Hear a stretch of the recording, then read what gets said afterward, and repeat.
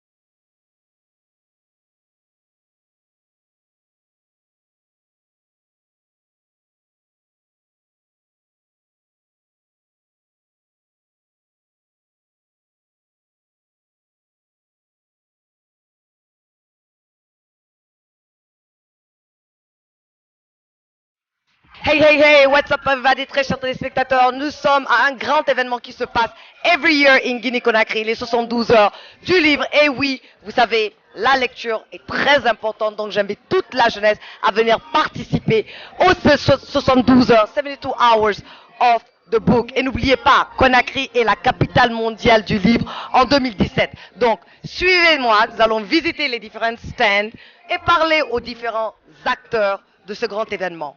Let's go!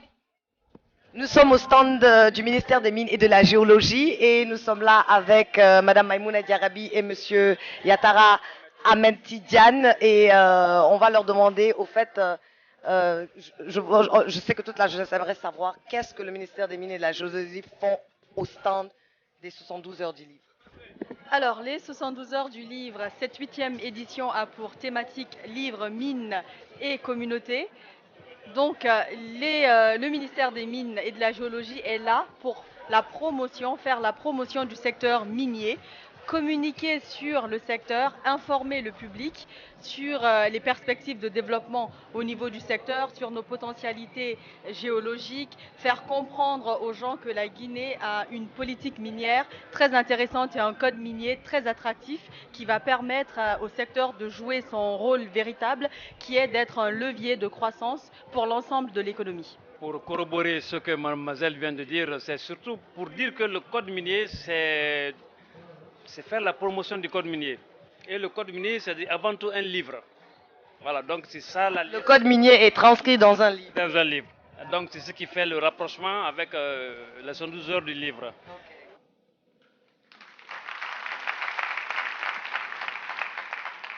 Okay. Félicitations à l'Harmattan Guinée qui chaque année fait un peu mieux dans la promotion du livre et de la lecture. Enfin, Monsieur le ministre de la Culture, des Sports et du Patrimoine historique, merci de votre soutien à la valorisation du livre.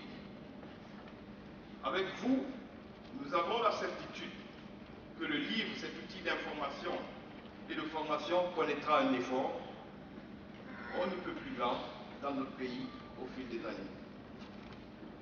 Au nom de son Excellence, Monsieur le Président de la République, je déclare ouverte la 8e édition des 72 heures du livre. Vive le livre au service du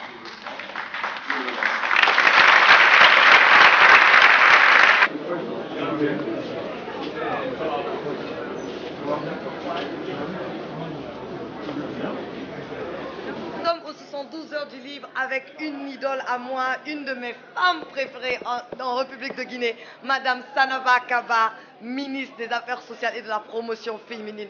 Madame, bonjour. C'est un privilège pour moi de vous avoir sur ce plateau, très sincèrement. Et dites-nous un peu pourquoi votre présence, pourquoi est-ce que vous êtes venu soutenir les 72 heures du livre? Merci beaucoup. Et merci de m'avoir donné l'opportunité de m'exprimer sur les 72 heures du livre. Ma présence à cette cérémonie, c'est parce que les 72 heures du livre sont organisées en commun accord avec l'Harmattan Guinée et le gouvernement. Et comme je suis membre du gouvernement, j'ai le devoir religieux de faire la solidarité avec mon collègue du ministre de la Culture. Ça, c'est une des premières raisons. Et la raison la plus fondamentale, c'est que je me sens concernée. Au moment où je suis concernée par le développement de mon pays, au moment où je suis concernée par l'éducation de la population et la lecture étant un élément d'éducation, un élément de développement, je me dis que mon absence n'a pas sa place. Il faut forcément que je sois là pour partager ces moments de joie, ces moments de plaisir, ces moments d'espoir, parce que ça nous donne espoir dans la mesure où la Guinée va être la capitale mondiale en 2017. Donc venir voir l'avant-goût et venir connaître quelle doit être ma responsabilité pour la réussite de l'événement de l'année prochaine, c'est-à-dire Conakry, capitale mondiale du livre. Nous sommes là avec le ministre de la Jeunesse, Monsieur Moustapha Naïté. Vous n'avez pas besoin d'introduction, on vous connaît déjà. Monsieur Naïté, nous sommes là aux 72 heures du livre. Dites-nous un peu, quelle est votre impression de l'événement d'aujourd'hui?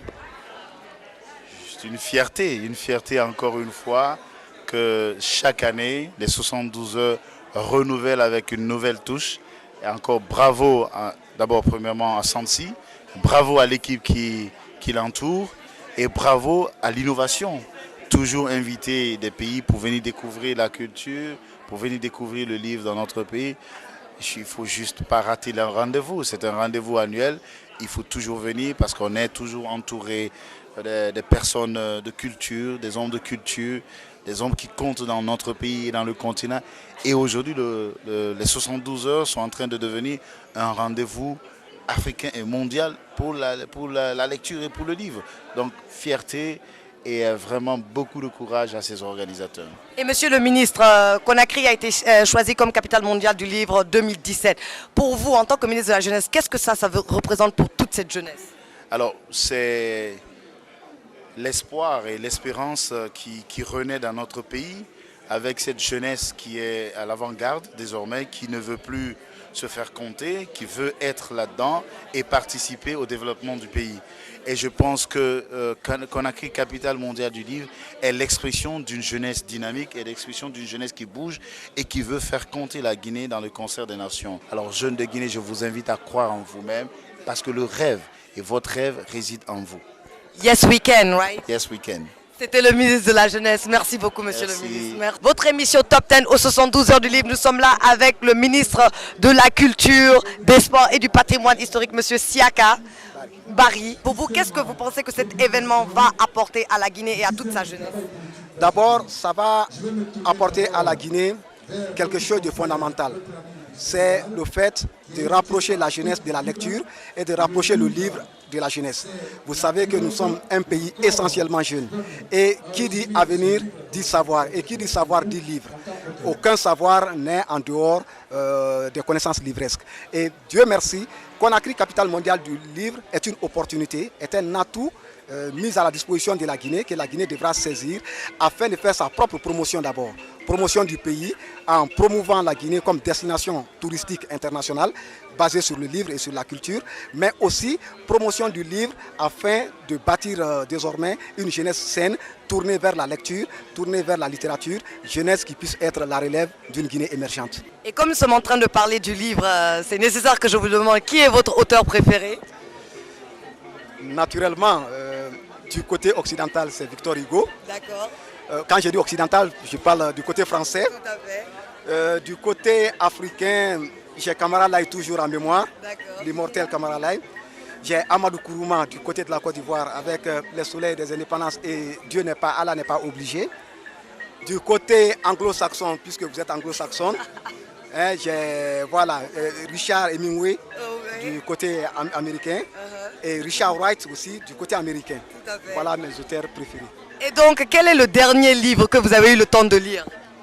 Ok, le dernier livre que j'ai eu le temps de lire, tout de suite je viens de le retrouver là, c'est le livre d'Axel Kabou, Et si l'Afrique noire refusait le développement.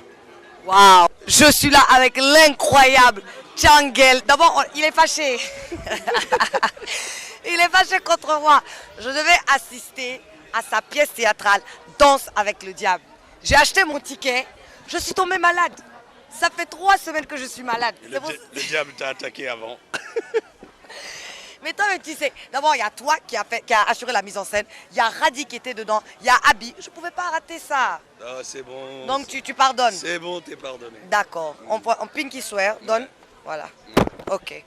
Donc, nous sommes aux 72 heures du livre. Ouais. Quelqu'un avec ton background, c'est-à-dire dans la littérature, tu es auteur, tu es écrivain de pièces théâtrales. Bon. Moi, je parle du franglais, hein, donc merci. Et donc, avec toute cette mobilisation aujourd'hui que tu as vue autour des 72 heures du livre, quelles sont tes impressions? Bon, d'abord, la première impression, c'est la fierté que nous puissions avoir un événement qui, depuis plusieurs années déjà, je pense qu'on doit être à la 8e édition, puisse survivre, malgré les difficultés que nous connaissons au niveau de la culture en général et au niveau du livre en particulier. Les Guinéens ne sont pas connus comme étant de grands lecteurs, mais malgré tout, les gens viennent pendant ces 72 heures du livre pour découvrir de nouveaux auteurs, pour découvrir de nouveaux livres. Donc ça, c'est une très bonne chose, c'est une très bonne impression de savoir cela. Et ce qui est aussi intéressant dans l'affaire, c'est que parmi les personnes qui viennent pendant les 72 heures du livre, une bonne partie, une grande majorité d'entre eux sont des jeunes. Donc ce sont des jeunes qui viennent s'intéresser à la lecture pour rencontrer de nouveaux auteurs, de jeunes auteurs, mais aussi découvrir des anciens auteurs. Et donc ça, c'est quelque chose de très très encourageant parce que ça veut dire que très très tôt, il y a des jeunes qui commencent à s'intéresser à la lecture. Ça veut dire qu'ils vont apprendre dans plusieurs années. Il y a quelque chose, il y a une espèce de petit virus qui va s'installer en eux et qu'ils vont petit à petit le développer. Maintenant, la troisième chose, c'est que on est dans un pays où on entend souvent les gens dire que on n'a pas beaucoup d'argent, on a du mal déjà à trouver de quoi manger, comment est-ce qu'on va prendre de l'argent pour mettre dans un livre. Il faut que les gens comprennent une chose, dans les pays où les choses ont avancé, c'est d'abord la culture qui a fait avancer les choses. Oui. C'est d'abord parce qu'on est passé par la culture. Une fois que l'esprit a été suffisamment nourri, que l'esprit a pensé justement à fabriquer des choses qui pouvaient être utilisées pour le ventre, pour le transport ou pour tous les autres éléments. Donc du coup, je pense qu'il est fondamental et nécessaire que justement des événements de ce type-là soient considérés, soient portés au pinacle et qu'on ne les oublie pas. En tout cas, merci beaucoup, félicitations. C'est un plaisir, j'espère que tu seras là la prochaine. Notre palabre est finie, je serai là. Oui, mais tu as intérêt. Thank you very much. Nous sommes là avec monsieur Abraham Ibela Dongasenge, je l'ai bien dit. Yes. Qui est notre hôte, c'est-à-dire le pays hôte des 72 heures du livre de cette année, le Congo. Bienvenue monsieur Abraham. Merci madame la journaliste. D'abord, c'est Diaka. C'est madame Diaka. Madame Diaka, bonjour. Voilà. Merci madame Diaka. D'abord, dites-nous un peu, comment est-ce que c'est votre première fois en Guinée? C'est la première fois. Ah, vos impressions du pays? D'abord, nous avions été bien reçus depuis l'aéroport et bien logés, et nous sommes chez nous. Vous savez bien l'importance de l'amitié entre la Guinée et le Congo-Brazzaville est de longue date. Le ministre de la Jeunesse l'a rappelé tout à l'heure. L'amitié entre Lumumba et Sékou Touré, entre Sékou Touré et en face d'avant chez nous au Congo-Brazzaville et Marien Gouabi, c'est-à-dire que notre amitié se concrétise par cette invitation.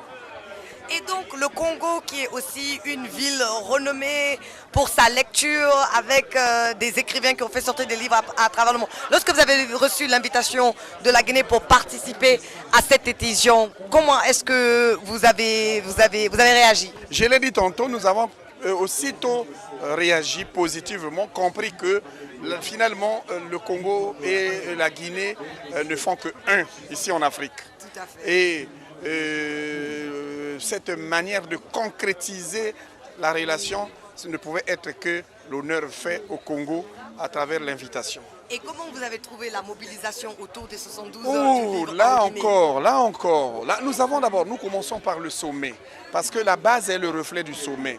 Nous avons compris que le sommet de la hiérarchie du pouvoir en Guinée aime la chose culturelle. La preuve, le premier ministre s'est déplacé avec ses ministres pour venir à l'ouverture. Ouais. Ça nous a beaucoup marqué. Il pouvait déléguer un autre commis d'État, ou précisément le ministre en charge de la culture. Il est venu personnellement. Alors, en ce moment-là, si déjà au sommet, la chose culturelle est prise au sérieux, alors nous avons aussitôt déduit que l'afflux de jeunes dans la salle n'est que le reflet de la chose, de la prise au sérieux de la chose culturelle au sommet de la hiérarchie. Ladies and gentlemen, nous sommes là avec Monsieur Obambe Gakoso. Magnifique, oh, bravo. Elle sera présidente. Ah, écrivain ou auteur? Auteur. Auteur congolais, bienvenue. Merci. Et d'abord, parle-nous de ce roman, Les Malades Précieux. Ce n'est pas un roman, malheureusement, c'est un recueil de nouvelles. C'est un recueil de nouvelles qu'il présente aux 72 heures du livre en Guinée-Conakry. What does it talk about? Ça parle de quoi? Très simplement, toutes les histoires se passent en Afrique. C'est 11 histoires que j'ai sélectionnées dans les milliers d'histoires qui m'ont été racontées, que je connais, que j'ai vécues. Donc c'est des galères d'étudiants qui ont du mal à manger, qui ont du mal à aller à l'école, qui ont du mal à étudier.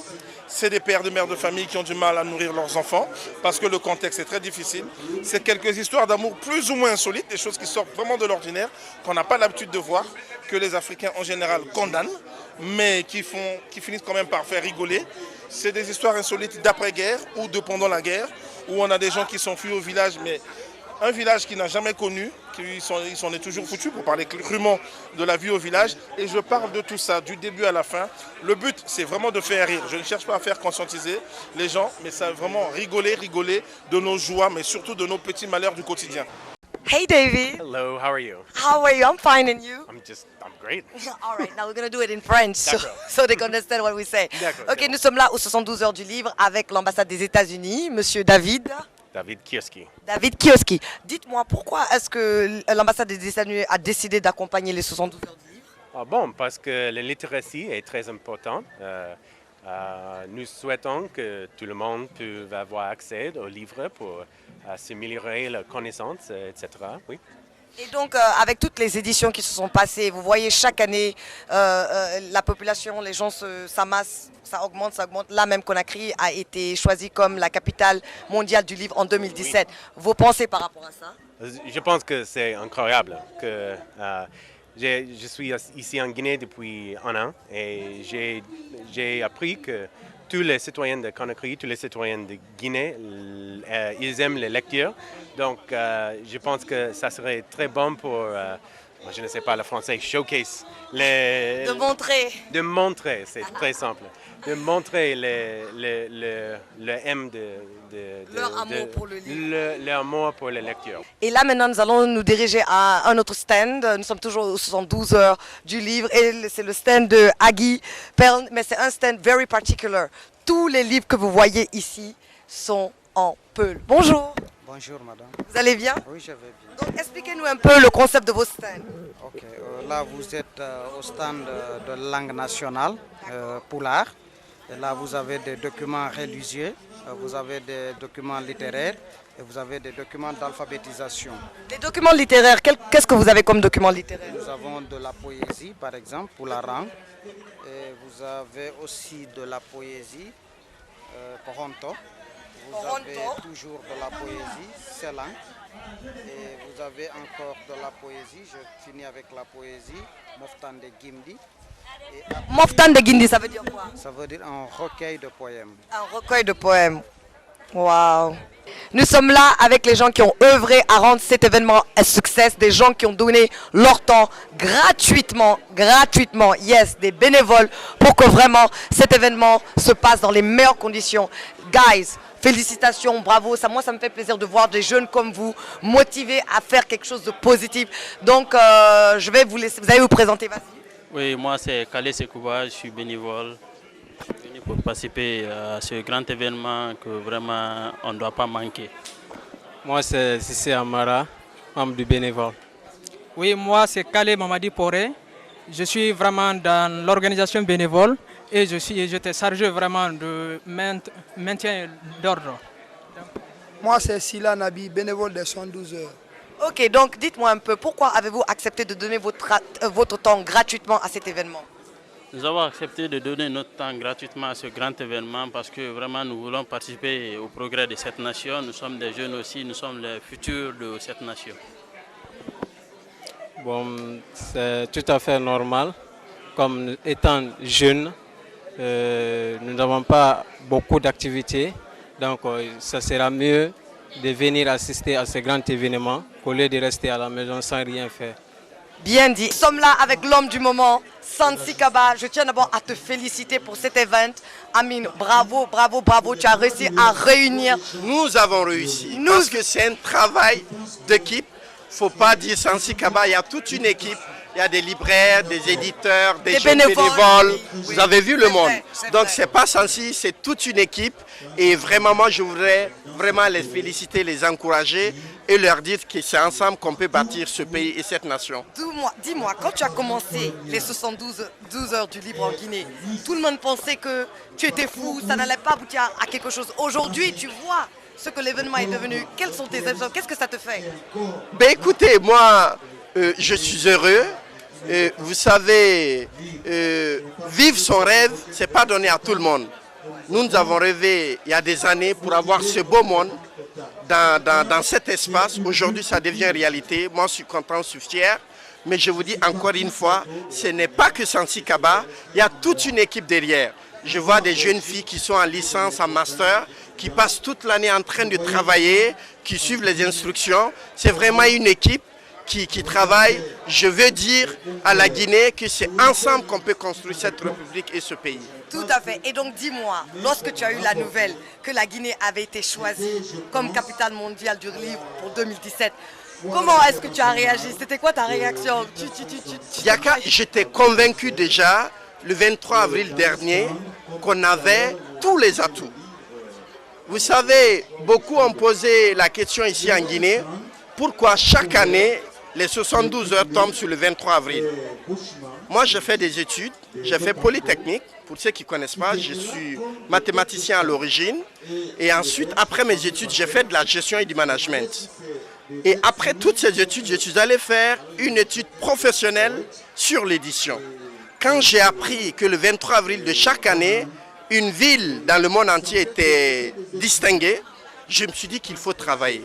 Donc j'ai mis 10 ans à préparer ce qui arrive aujourd'hui. C'est dans le temps, c'est dans la durée et le travail. Nous avons ici Sansi Kaba, yes, qu'on doit féliciter. Je sais, c'est nous tous, mais on te félicite. C'est nous tous. Tu as une initiative, tu as cru en ton rêve et aujourd'hui ton rêve est devenu réalité. Ça, c'est une leçon pour toute cette jeunesse qui suit cette émission. Un dernier mot à toute cette jeunesse aujourd'hui. Ben écoutez, mobilisation. Nous devons nous mobiliser derrière cette belle opération, cette belle visibilité pour notre pays, pour notre capitale. Je pense qu'on peut faire fort et transformons ça en opportunité pour créer des points de lecture, des médiathèques pour mettre la Guinée à la lecture. Rendez-vous en 2017. En 2017. Merci. Nous sommes là avec Madame Aïcha Diaby. Je vais la laisser se présenter aux téléspectateurs de Top 10. Madame? Alors moi c'est Aïcha Diaby, la vice-commissaire chargée de la communication de Conakry, capitale mondiale du livre. Je suis également la fondatrice de Welcome to Conakry pour ceux qui ont vu la vidéo. Et donc voilà, je suis aux 72 heures du livre. Déjà moi ces 72 heures du livre, c'est la première fois que j'y participe. Et je suis vraiment très fière de Sansi Kaba, de tout ce qu'il a réalisé. Et j'espère en fait que ces 72 heures du livre, comme le dit le titre, c'est pour aller en route vers Conakry, capitale mondiale du livre. Conakry, capitale mondiale du livre, c'est une opportunité en or pour la Guinée-Conakry de se mettre en avant, mais également de mettre la littérature en avant, l'éducation et l'alphabétisation pour un pays comme le nôtre où le 3/4 de la population est analphabète. Donc au final, le fait que tout le gouvernement soit là, j'espère qu'ils vont vraiment s'engager à leurs promesses, tenir vraiment ce qu'ils ont dit pour vraiment soutenir et porter le projet, parce que ce projet, il est avant tout, il appartient avant tout, je dirais, à tout le peuple guinéen, à la République de Guinée et aussi à l'UNESCO qui a labellisé ce titre-là, mais j'espère vraiment qu'on aura un soutien des autorités politique, parce qu'on ne peut pas faire ça sans eux. Donc, et aussi des jeunes, parce que moi je suis jeune aussi, donc je me reconnais aussi dans la population de la Guinée. J'espère qu'on va tous se donner la main pour réaliser cet événement. Merci. En parlant des jeunes, s'il te plaît, regarde cette caméra. Un message pour toute cette jeunesse. Moi, je dis toujours une chose, les rêves, en fait, il ne faut pas que rêver ses rêves, mais il faut réaliser ses rêves. Et quand je vois des gens comme Sensi qui réalisent leurs rêves, bah moi aussi, ça me donne envie chaque jour de réaliser mon rêve. Et moi, mon rêve, c'est de voir aujourd'hui la Guinée aller de l'avant, c'est de voir une Guinée en progrès, une Guinée développée, une Afrique aussi qui se relève et qui est pleine de dignité. Et quand on réalise ce genre de projet, eh bien, je pense qu'on réalise chaque jour notre rêve. Donc je dirais à tous les jeunes Guinéens eh bien, de se lever et de réaliser leurs rêves pour enfin faire avancer la Guinée. Et jeunesse de Guinée, j'espère que vous avez enjoyé la découverte de la vice-commissaire de Conakry, capitale mondiale du livre, qui n'a que 22 ans, mais vous avez vu déjà tout ce qu'elle a accompli. Ce qui veut dire que le travail dur paye toujours. Je vous encourage tous à faire comme elle. Et au-delà de cela, prenez un livre, lisez. La lecture nourrit l'esprit.